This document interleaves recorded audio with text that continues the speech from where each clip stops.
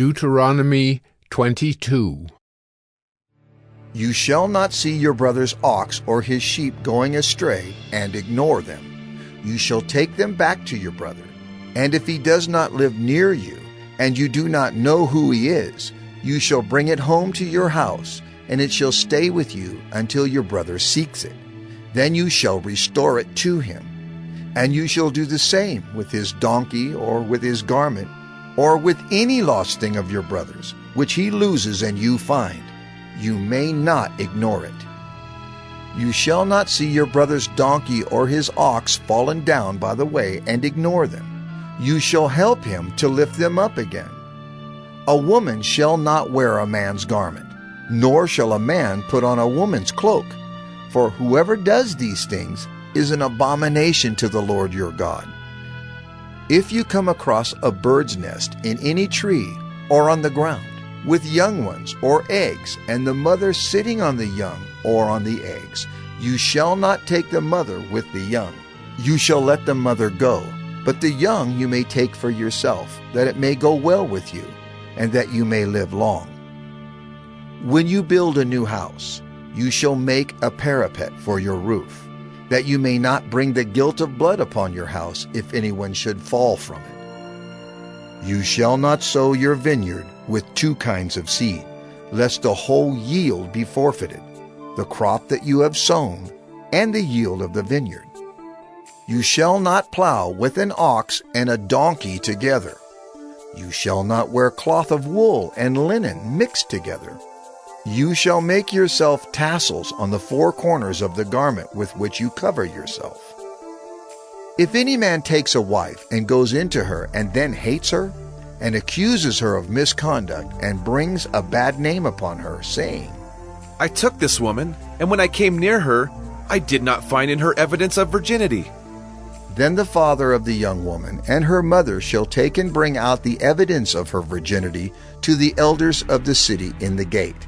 And the father of the young woman shall say to the elders, I gave my daughter to this man to marry, and he hates her. And behold, he has accused her of misconduct, saying, I did not find in your daughter evidence of virginity. Yet this is the evidence of my daughter's virginity. And they shall spread the cloak before the elders of the city. Then the elders of that city shall take the man and whip him. And they shall fine him 100 shekels of silver, and give them to the father of the young woman, because he has brought a bad name upon a virgin of Israel.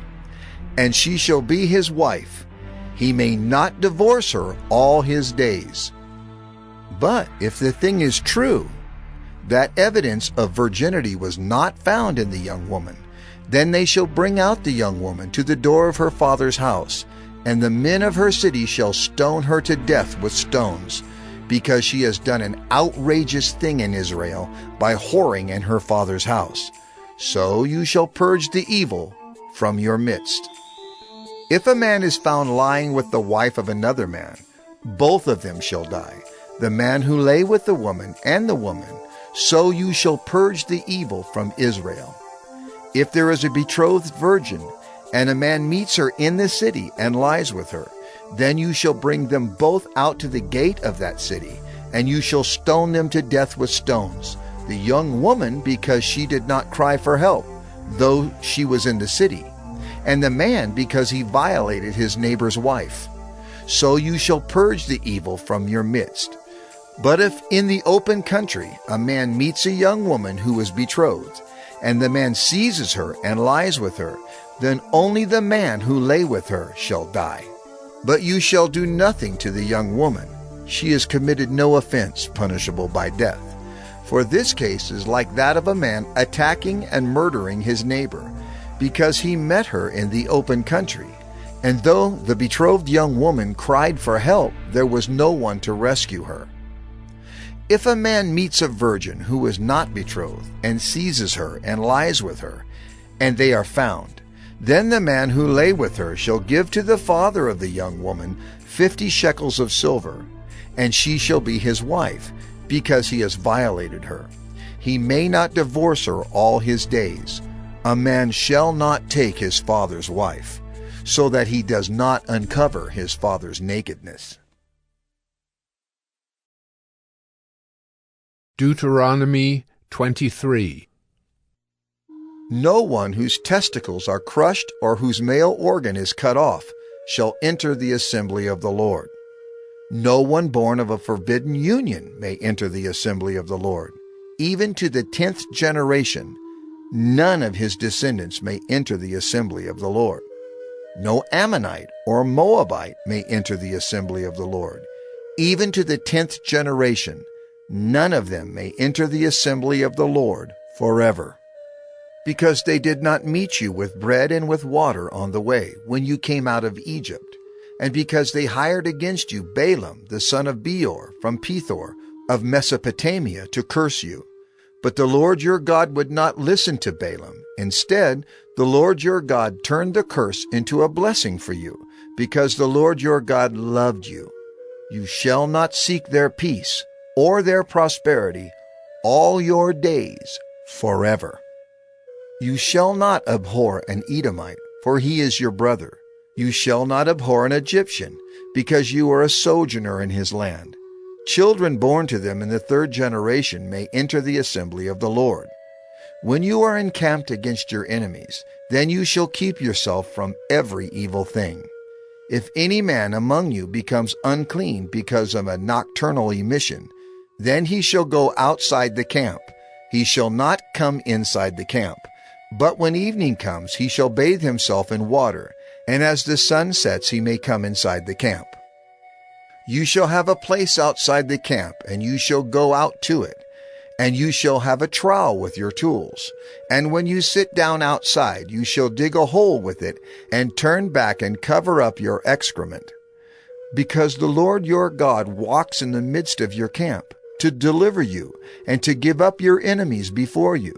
Therefore your camp must be holy, so that he may not see anything indecent among you and turn away from you. You shall not give up to his master a slave who has escaped from his master to you. He shall dwell with you in your midst, in the place that he shall choose within one of your towns, wherever it suits him. You shall not wrong him.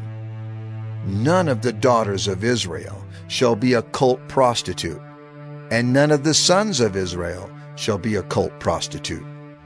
You shall not bring the fee of a prostitute or the wages of a dog into the house of the Lord your God in payment for any vow. For both of these are an abomination to the Lord your God. You shall not charge interest on loans to your brother, interest on money, interest on food, interest on anything that is lent for interest. You may charge a foreigner interest, but you may not charge your brother interest, that the Lord your God may bless you in all that you undertake in the land that you are entering to take possession of it. If you make a vow to the Lord your God, you shall not delay fulfilling it, for the Lord your God will surely require it of you, and you will be guilty of sin. But if you refrain from vowing, you will not be guilty of sin. You shall be careful to do what has passed your lips, for you have voluntarily vowed to the Lord your God what you have promised with your mouth. If you go into your neighbor's vineyard, you may eat your fill of grapes, as many as you wish, but you shall not put any in your bag. If you go into your neighbor's standing grain, you may pluck the ears with your hand, but you shall not put a sickle to your neighbor's standing grain. Deuteronomy 24. When a man takes a wife and marries her, if then she finds no favor in his eyes because he has found some indecency in her, and he writes her a certificate of divorce and puts it in her hand and sends her out of his house, and she departs out of his house, and if she goes and becomes another man's wife, and the latter man hates her and writes her a certificate of divorce and puts it in her hand and sends her out of his house, or if the latter man dies who took her to be his wife, then her former husband who sent her away may not take her again to be his wife after she has been defiled. For that is an abomination before the Lord. And you shall not bring sin upon the land that the Lord your God is giving you for an inheritance. When a man is newly married, He shall not go out with the army or be liable for any other public duty. He shall be free at home 1 year to be happy with his wife, whom he has taken. No one shall take a mill or an upper millstone in pledge, for that would be taking a life in pledge. If a man is found stealing one of his brothers of the people of Israel, and if he treats him as a slave or sells him, then that thief shall die. So you shall purge the evil from your midst. Take care in a case of leprous disease to be very careful to do according to all that the Levitical priests shall direct you. As I commanded them, so you shall be careful to do. Remember what the Lord your God did to Miriam on the way as you came out of Egypt. When you make your neighbor a loan of any sort, you shall not go into his house to collect his pledge. You shall stand outside, and the man to whom you make the loan shall bring the pledge out to you. And if he is a poor man, you shall not sleep in his pledge. You shall restore to him the pledge as the sun sets, that he may sleep in his cloak and bless you. And it shall be righteousness for you before the Lord your God. You shall not oppress a hired servant who is poor and needy, whether he is one of your brothers or one of the sojourners who are in your land within your towns. You shall give him his wages on the same day, before the sun sets, for he is poor and counts on it, lest he cry against you to the Lord, and you be guilty of sin. Fathers shall not be put to death because of their children, nor shall children be put to death because of their fathers. Each one shall be put to death for his own sin. You shall not pervert the justice due to the sojourner or to the fatherless, or take a widow's garment in pledge. But you shall remember that you were a slave in Egypt, and the Lord your God redeemed you from there. Therefore I command you to do this. When you reap your harvest in your field, and forget a sheaf in the field, you shall not go back to get it. It shall be for the sojourner, the fatherless, and the widow, that the Lord your God may bless you in all the work of your hands. When you beat your olive trees, you shall not go over them again. It shall be for the sojourner, the fatherless, and the widow. When you gather the grapes of your vineyard, you shall not strip it afterward.